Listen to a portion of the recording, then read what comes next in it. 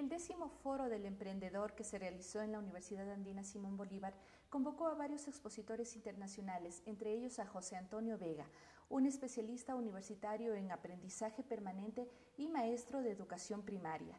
Lleva 27 años trabajando en el campo de la educación y la orientación emprendedora y actualmente es director del área de transferencia de metodología de Ciudad Tecnológica Valnalón, una empresa pública del gobierno del Principado de Asturias que desarrolla proyectos de educación y promoción emprendedora. Bienvenido, José Antonio. Bienvenido. Aspectos como la innovación tecnológica, las nuevas formas de organización del trabajo, los perfiles profesionales, ¿cómo influyen en la configuración de una nueva cultura de empresa? Bueno, yo creo que es necesario entender que venimos de una sociedad, en nuestro caso, industrial, muy industrializada, donde los elementos que se trabajaban, la formación y la capacitación del personal laboral estaba muy centrada en un único trabajo, un trabajo muy volcado en nuestra región, y me gustaría poner el ejemplo para que se pueda entender mejor, vinculado a la minería y a la siderurgia. Digamos que la gente estaba predestinada a continuar el trabajo de su padre, de su abuelo, trabajando en la misma fábrica, en la misma empresa que fabricaba acero o extraía carbón, ¿no?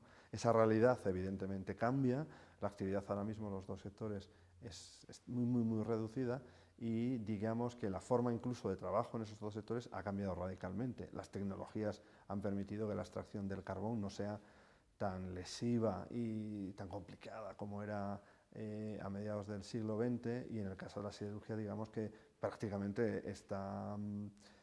son las máquinas las que hacen todo el proceso y solamente los trabajadores son un poco las que las manejan, ¿no? Entonces, en ese sentido, yo creo que hay que plantear el cambio que viene de centrarse solo en una especialización específica a una multiespecialización ahora que te lleva, o que lleva a la persona que trabaja a manejar un montón de competencias, más allá de la específica vinculada al trabajo, sino relacionadas con el trabajo en equipo, con el manejo de las nuevas tecnologías, con otro tipo de organización y planificación, ¿no?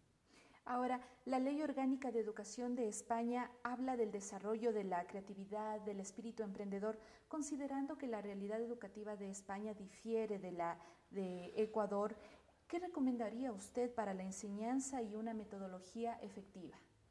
Bueno, yo creo que no quiero entender que sea tan diferente la educación en España a la de Ecuador. Lo que a lo mejor puedo entender es que haya habido procesos distintos, o que estemos en dos pasos consecutivos, pero entiendo que la iniciativa, la creatividad, tiene que formar parte de la realidad de la sociedad ecuatoriana, ¿no? Yo creo que si el país quiere una ciudadanía activa y busca una ciudadanía activa participativa, y en el caso del empleo, que consiga empleabilidad, tiene que incidir en eso, en formar esa generación de gente con mucha más iniciativa y creatividad. Y yo creo que entonces eso tiene que formar parte del currículum como un elemento transversal a trabajar a lo largo de todo el sistema educativo.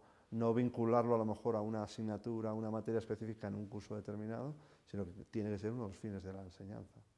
De su experiencia en el campo de la educación, José Antonio, ¿cuáles son las competencias que se debería sembrar en los niños y en los jóvenes a fin de cultivar en ellos una cultura emprendedora? Yo creo que es vital que sean creativos, que entiendan que la creatividad ayuda a solucionar problemas, que asuman riesgos, que sean capaces de entender que desde lo estático no se avanza, de que asumir riesgos puede traer complicaciones, pero esas complicaciones conllevan necesariamente organizar, planificar, tomar decisiones y ser muy perseverantes. Yo creo que eso es vital, ¿no? Que ya desde la educación infantil y primaria entiendan que las cosas son muy difíciles, pero que no, como decimos en España, no hay que arrojar la toalla, sino que tienen que ser muy persistentes, porque al final terminarán sacando adelante todo eso, ¿no? Y una cosa también muy importante es el trabajo en equipo, el que aprendan a trabajar, a compartir y asumir responsabilidades dentro de un equipo de trabajo, ¿no? Porque cuando luego sean adultos, pues pocas personas serán las que tendrán su único trabajo y sean sus únicos jefes. Trabajarán en equipo, sea en una empresa privada o alguna administración pública, ¿no? Entonces nos parece muy importante que sepan aprender a trabajar en equipo, a compartir con los demás y ese trabajo en equipo tiene que conllevar tolerancia. A nosotros nos parece muy, muy importante esa tolerancia ante la diferencia, ante lo que opinan los demás, y ser conscientes de que con ese ambiente de tolerancia, compartiendo lo demás, los proyectos salen adelante y llegan a buen puerto.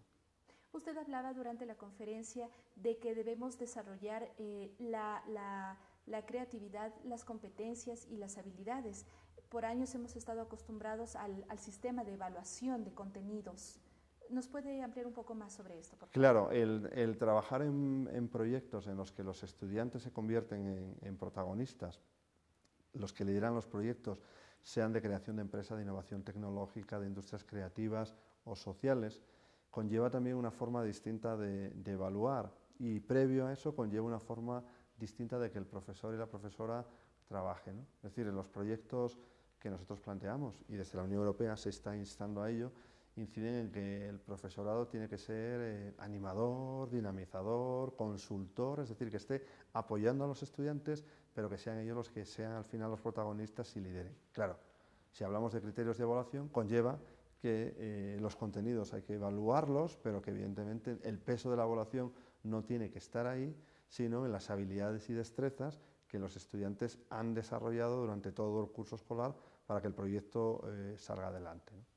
Ahora, al tratarse de una iniciativa que incluye a padres de familia y a maestros de escuela, ¿qué funciones deben desarrollar cada uno?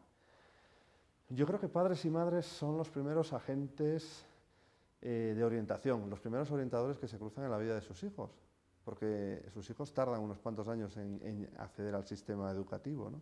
Entonces, creemos que tienen que caminar en la misma dirección que está caminando el sistema educativo, haciendo que sus hijos compartan con ellos la educación, que les animen a organizar, a planificar, pero que les sirva para las tareas del aula que les envían todas las tardes, como para cómo planificar el tiempo libre, ¿no? Porque, no sé aquí, pero en España se está dando la situación de que muchas familias entienden que la educación de sus hijos corresponde única y exclusivamente a los centros educativos, que van a los centros educativos y ahí son los que tienen que educar a sus hijos. Hombre, a mí me gusta decir que sí, pero eso solo ocupa un tercio de la jornada, porque pueden estar como máximo 8 horas en el centro.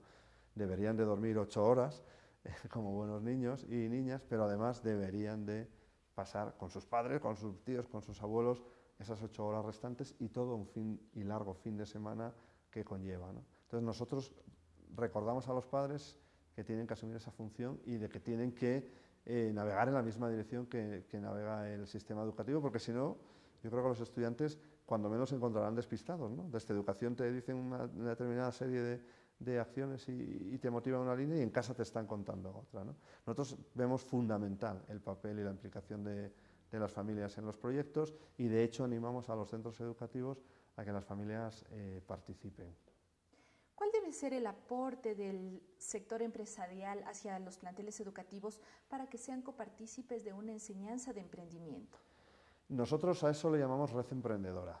Y en la red emprendedora que desarrollamos en nuestra región en Asturias están trabajando las comunidades educativas, la administración pública y las empresas, los emprendedores y emprendedoras económicos. ¿Por qué? Porque entendemos que el ecosistema que conforma un poco nuestra realidad necesita de todos esos agentes. Es decir, a mí me parece, y desde Vallalón, desde nuestra empresa pública, entendemos que se desperdicia talento cuando los jóvenes no pueden acceder al conocimiento, a las experiencias y a las vivencias de la gente que ha montado empresa, que en algunos casos incluso ha estudiado en el mismo centro educativo que ellos, ¿no?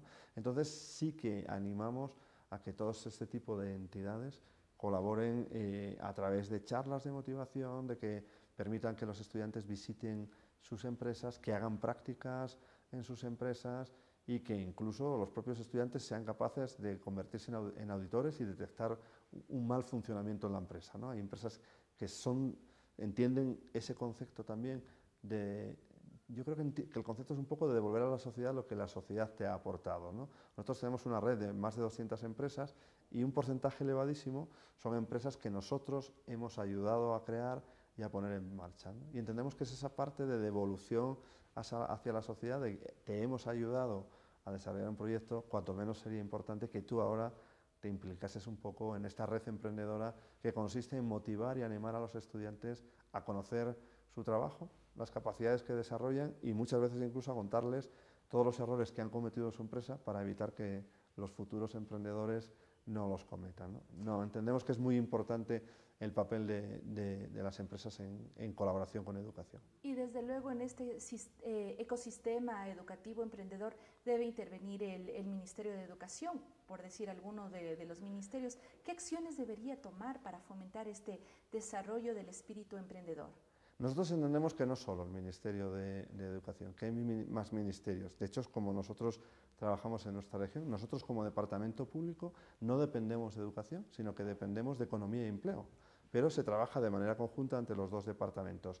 En la intervención en el foro yo comentaba y hablaba con algo más detenimiento sobre el ejemplo de Finlandia, el país europeo pionero y que como país está desarrollando más estas acciones, que entre otras cosas ha conseguido que haya 3 o 4 ministerios implicados en el desarrollo del proyecto. En algunos casos, como también en nuestro caso, el Departamento de Economía y Empleo es quien financia todas las acciones y Educación pone lo que para mí también es muy importante, que son los recursos humanos. Es decir, que desde el Gobierno hemos sido capaces de que un departamento pone los recursos financieros para que los proyectos salgan adelante, con la formación del profesorado, con la elaboración de materiales didácticos, con el apoyo a la creación de empresas, y otro departamento ponga también lo realmente importante, que es el alumnado, el profesorado, que son los que van a experimentar los proyectos. Yo creo que es una simbiosis que se da con frecuencia en Europa y Educación suele liderar estos proyectos acompañada de los departamentos, como decía, de economía, de empleo, de trabajo, de innovación.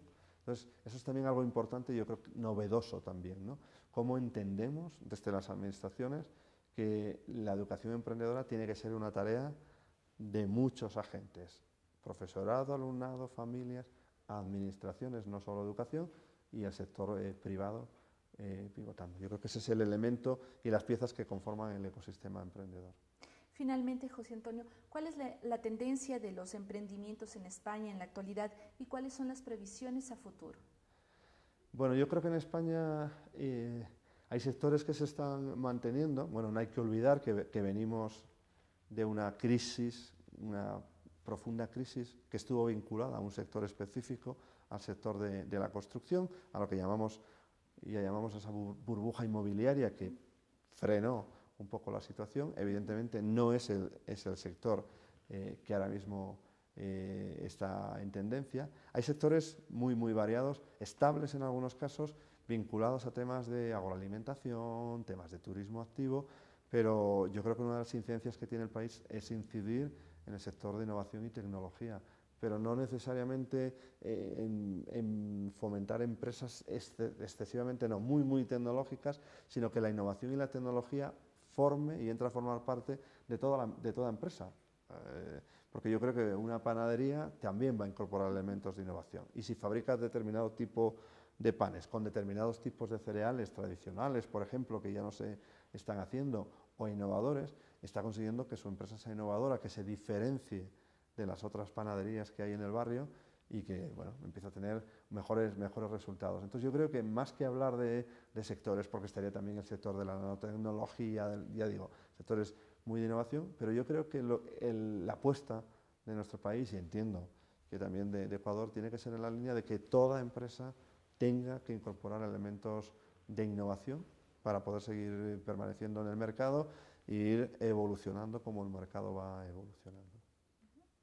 Agradecemos la presencia de José Antonio Vega por su participación en esta entrevista y también en el 10º Foro del Emprendedor. Gracias, José Antonio. Gracias a la universidad.